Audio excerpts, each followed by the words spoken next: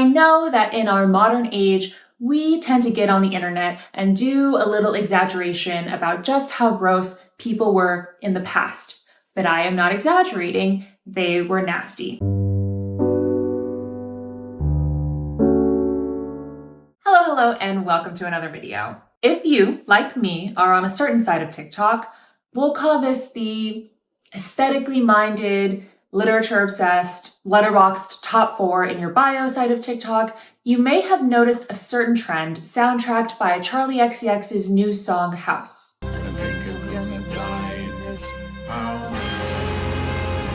I've seen different iterations of its name. It seems that we haven't collectively decided yet, but it's always something along the lines of Goth Girl Winter or Gothic Winter. Many summers ago, we were hot girls. Love you always, Megan.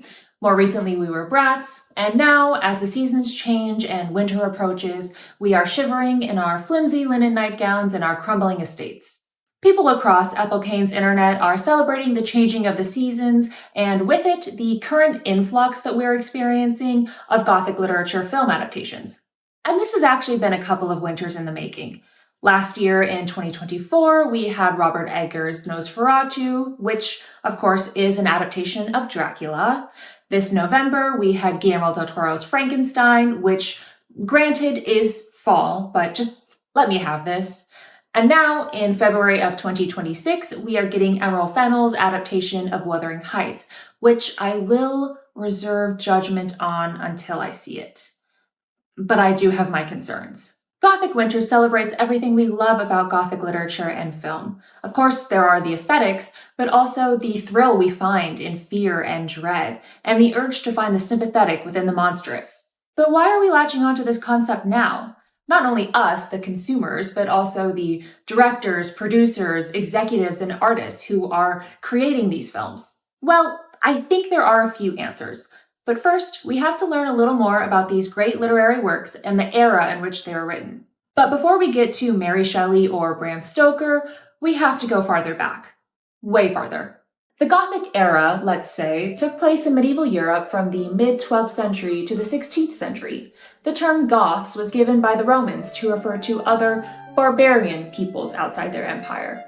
During the Renaissance, which took place immediately following the Gothic era, this term was used to describe medieval culture, art and architecture in particular. And although now we find Gothic art and architecture to be exceedingly beautiful, this was an insulting adjective basically used synonymously with barbaric. People in the actual Middle Ages wouldn't have used this term to describe their own culture. At the beginning of the 18th century, medieval architecture was thought to lack the elegance of the then popular neoclassical style. However, as the century wore on, Gothic style experienced, ironically, a renaissance. Some wealthy individuals even built faux Gothic ruins, known as follies, in their gardens. You know rich people. They're going to Venmo request you the $5 they spent on a drink for you, and they're going to build fake Gothic ruins in front of their ultra-modern homes. So how is it that the term Gothic went from describing brutish non-Romans to describing little freaks with heavy eyeliner and black hair? In literature, as in architecture during this same period, people began going against convention. They wanted to get a little spooky with it. A novel by the name of The Castle of Otranto was published by one Horace Walpole on Christmas Eve of 1764. The plot is largely unimportant for the sake of this video, but just know that it included an ancient prophecy, skeletal apparitions, and being crushed to death by a gigantic helmet. The novel was basically so weird compared to current literary trends that originally Walpole claimed that it was actually a translation of a medieval manuscript.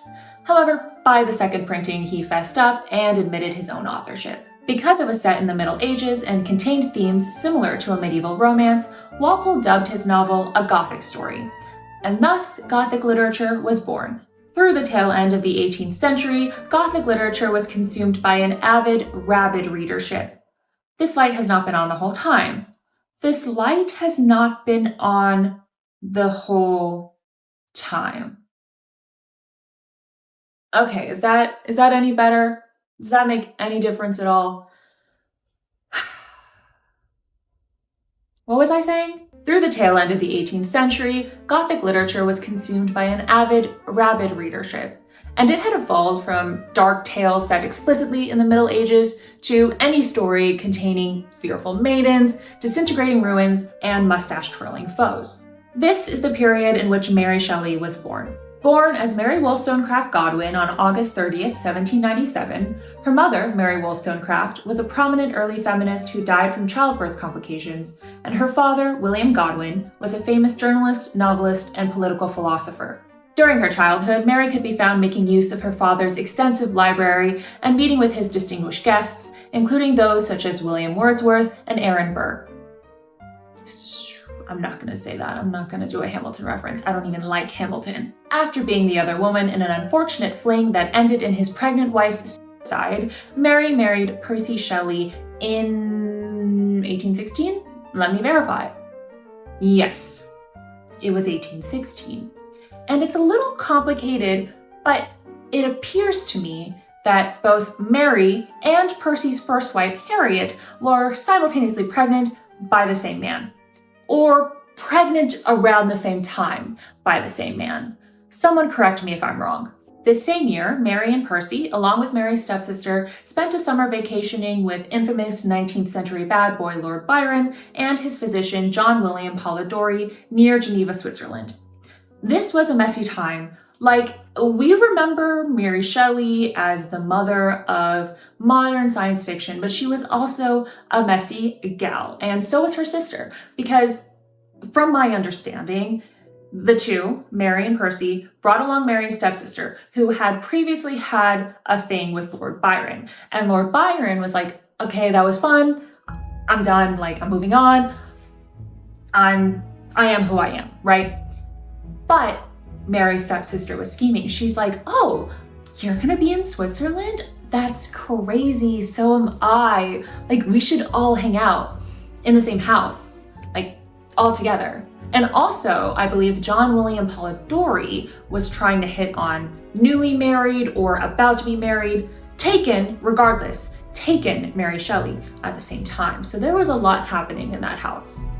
A lot. Stuck indoors while thunder and lightning barraged their vacation home, it was here that Mary Shelley conceived of Frankenstein, or the modern Prometheus. Side note, this is where John William Polidori, hot guy, began working on his short story, The Vampire. This is actually a seminal work in Gothic literature and considered to be the first published English modern vampire story. Yes, that is a long title for what this story is within the annals of history. But it's true. And it's rumored that the story itself and the titular vampire was based on the 1800s version of Matty Healy, Lord Byron, who comparatively wasn't even that hot. Frankenstein was first published anonymously in 1818, and a revised version was then published in 1831 and credited to Mary Shelley. Imagine basically inventing a new genre of fiction by the age of 21. Just 6 years after the revised publication of Frankenstein, Queen Victoria began her reign.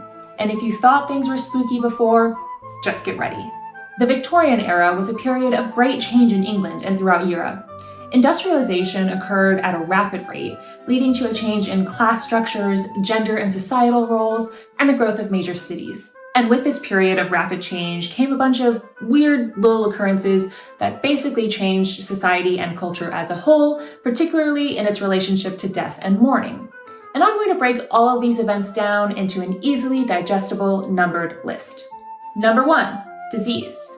Number 1A, cholera. People were really nasty in Victorian England.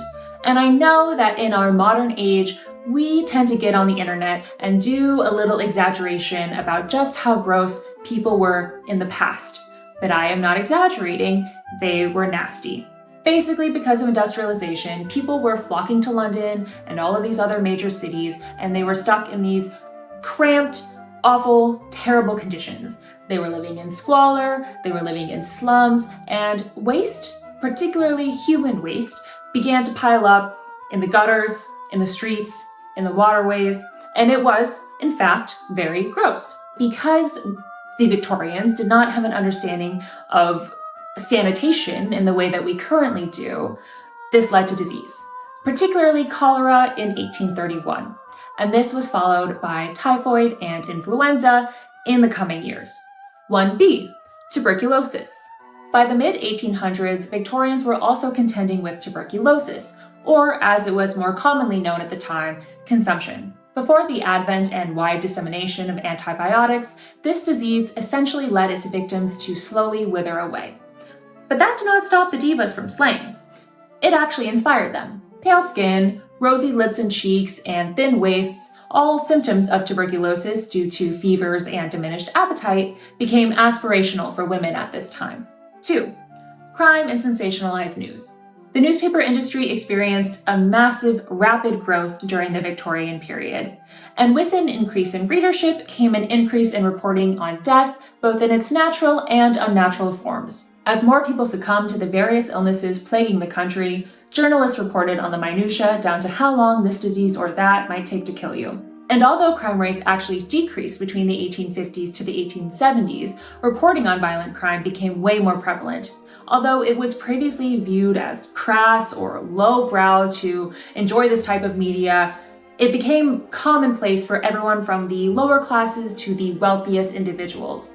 By the time Jack the Ripper slashed his way onto front pages in 1888, readers were already fascinated by these macabre stories. 3. The death of Prince Albert. And this is the really big one. Queen Victoria's husband, Prince Albert, died on December 14, 1864. No, 1861. I was off by a few years. This plunged not only the Queen, but the country as a whole into a state of deep mourning that would last for the rest of the era. Death and mourning culture became an integral part of Victorian England.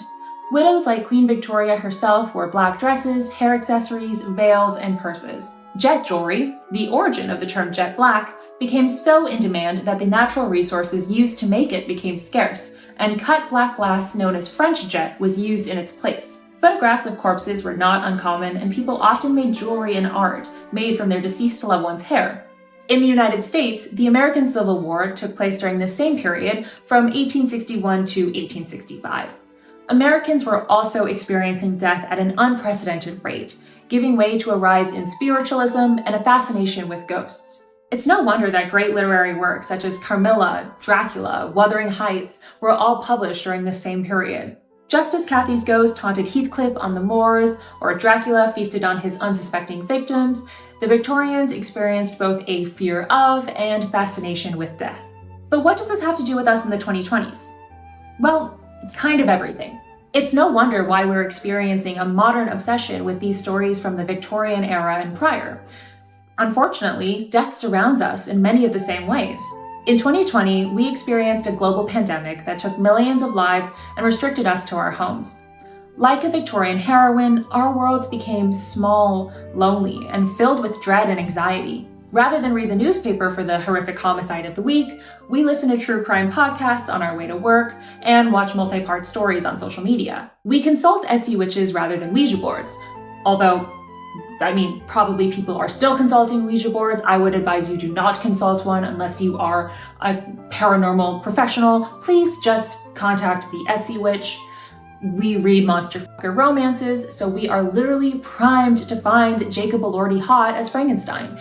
And to an extent, Bill Skarsgård as Count Orlok. Not me personally, but I see you girls out there and I respect you. We still fear war and death and illness and the unknown. I think the themes of Frankenstein are particularly relevant to us today. I don't want to use the royal we here because I am adamantly against AI, but in AI, the tech industry has created an entirely new being that we can easily lack dominion over. And that's truly terrifying. And why winter? We had Nosferatu Christmas Day 2024, Frankenstein in November 2025, Wuthering Heights in February 2026, and Robert Eggers' Werewolf in December 2026, I believe. I think it's actually on Christmas Day again. I know it's not technically a Gothic literature adaptation as far as I'm aware, but I'm seated. I'm so seated that the theater employees are scared and they're asking me to leave because it's a year away, but I am simply too seated. But the answer to this is also pretty obvious to me. Winter is cold and things are dying. Duh. But I also think that this is a reaction to the current hyper-capitalist consumer culture that surrounds our modern ideas of Christmas. And this isn't a new phenomenon. This has been occurring steadily over decades, but it feels like Christmas arrives earlier and earlier every year. Like the portent of the evil awaiting us, Mariah Carey emerges on November 1st, shrieking, "It's time!" And then she appears in a tone-deaf Sephora ad.